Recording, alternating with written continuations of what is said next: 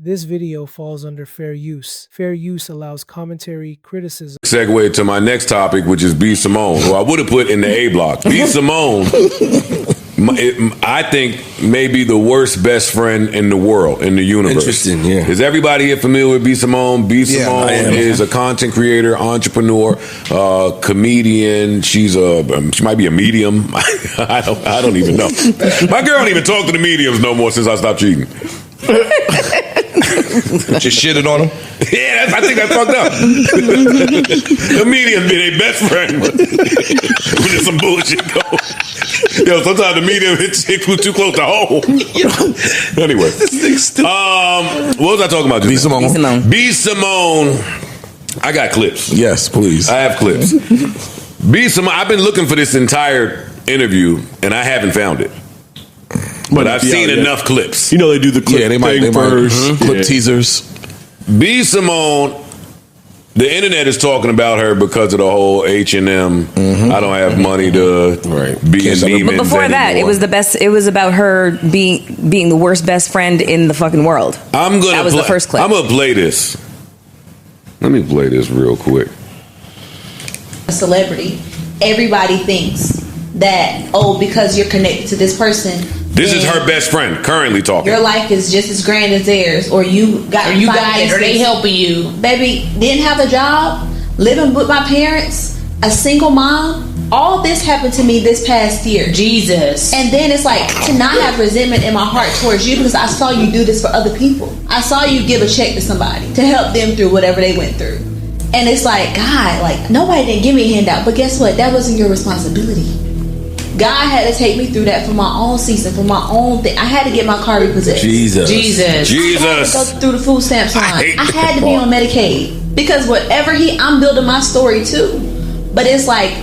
Let me pause this for a second in case y'all not understanding. This is the worst shit ever.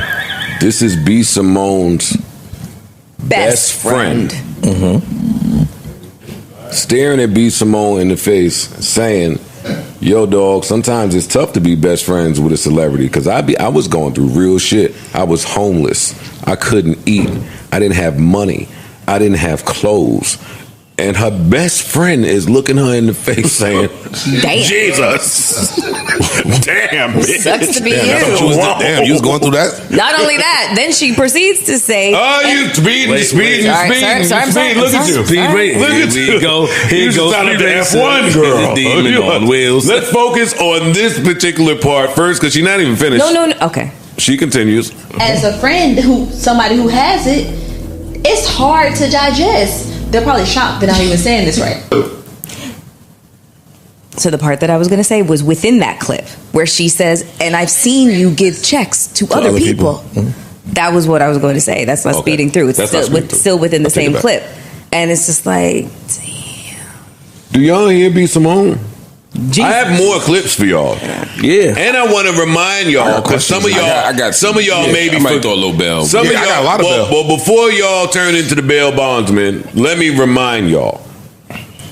B. Simone also did a podcast before with a woman that she called her best friend. Well, there's a whole conversation there with women and best friends where we could really start. You got 77 besties. Yeah, but this podcast I looked at differently because I was on Clubhouse during the pandemic, and if B. Simone popped in the Clubhouse room, the best friend was right there, and they told everybody with ears in the Clubhouse days, we're best friends. Okay. We could also have a podcaster best friend conversation at some point too. Okay, that was my best friend then, and I done got another one. But that podcast ended and they filmed this because B. Simone sat her best friend down and said, yo, dog, and I'm paraphrasing here. Actually, I'm just using my own. She said, yo, dog, I'm off this shit. And the best friend is sitting there damn near in tears saying, but you didn't have a conversation with me ever. We didn't talk. You just abruptly are ending our business venture. You didn't give a fuck. You don't care about what's supposed to happen to me after this. And B. Simone sat there with stone face. Yeah, just like, girl, sorry. Sorry, girl. So a lot of the talk after that was, damn, that's a fucked up way to treat your best friend. Let me just stop this video real fast. It's honestly weird that B. Simone said she wouldn't date a 9-to-5 man just because he doesn't have enough money. Since when is stability and hard work not enough? Not every successful man is flashy or owns a business. Some of the realest men out here wake up, grind a shift, and still build empires. That mindset just feels out of touch. So this is the second best friend that this is happening to with one. Plug it in. All right, I got to find my clip. Y'all go ahead and talk. Oh, yeah. Is it time for the bell? Yeah, time for the bell. You can go first. Oh, yeah, y'all can go ahead with the bell. I always need more information. You know what I mean? Before He called B. Simone. I make a judgment. No, I don't know. B. I'm saying I would. If I had a homie who was fucked up, or if one of y'all was fucked up, who I don't know as well, most of y'all, I would do everything I could for y'all. Right? That's to me what you do. And if it's your best friend, you should absolutely do that. However, there are two things that I would think about here. One, I don't actually know B. Simone's financial situation. And hearing what I heard more recently about her struggling a little bit and saying she had to make some financial decisions differently, that's piece number one. And sometimes you think people was up and they not. And sometimes when you think people are blessing others and giving checks, some of that is not real. Smoke and mirrors, right? And then the other piece of that is, I don't know how much money this friend done fucked up already. That was where I was going. Right. That's the other part of it. I don't know what if I have friends, like I told the story a couple weeks ago about the homie with the parole stuff. Sometimes what if I blessed you 3 other times with checks and you back in the same spot again?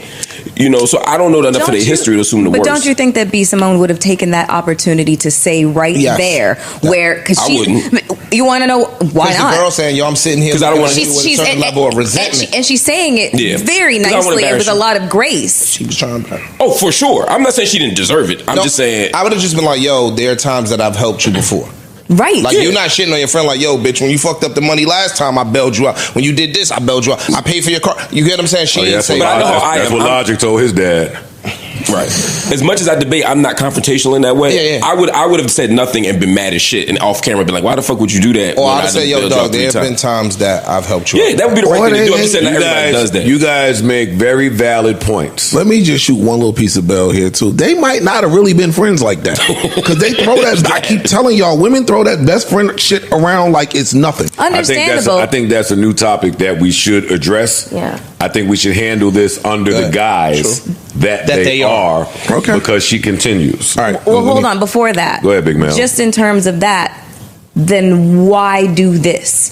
There is a conversation that happened off mic before this even happens as to what we're going to talk about. There's a conversation that happens. This isn't a blind side, because then afterwards you have the power of editing. You could be like, nah, fuck that. I'm not going to let that get out. I look crazy. You just made me look crazy. But they did. So there's all of this is pre-planned. I've done that before here. Whose interview was that? Like who? Well, we can't content. this Yeah, out. the COE. Yeah, exactly. And that's what I was about to say. She fucked up out here from the other thing we know. So yeah, we could do this. It's gonna go crazy. I can make something up. Yeah, let's go. Remember that time? Again, fair points by everyone thus far. So B. Simone made headlines when she said she could never date a man who works a 9-to-5 job. According to her, she needs someone who's an entrepreneur like her. Someone who understands her lifestyle, her schedule, her hustle. And while I get the idea of wanting someone who relates to your grind, the way she said it came off like working a regular job makes a man less worthy or less capable of understanding ambition. She said a 9-to-5 man wouldn't understand why she's up at 3 a.m. working, why she's flying from city to city, or constantly focused on building her brand. But that kind of thinking is short-sighted. There are men who work regular jobs and still have big dreams. There are men with 9-5s who support their families, invest, run businesses on the side, and are building towards something greater. What's dangerous about this mindset is the idea that value comes only from being your own boss. That if you're not a CEO or on some hustle 24/7, you're not good enough. That's not true. There are men out here working in hospitals, schools, tech companies, construction, retail, holding it down every day.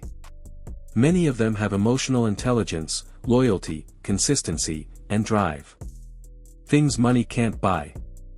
And honestly, some entrepreneurs are unstable, not all of them are successful, and some don't even have the same drive they claim. Just because someone doesn't clock in doesn't mean they have more ambition. A man can clock in and still build generational wealth, still support your dreams, and still grow with you.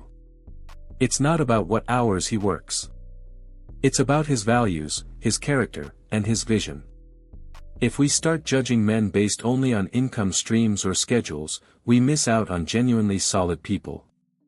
And let's be real, plenty of women out here want stability. A man who shows up, provides, and protects. That doesn't always come in the form of an entrepreneur.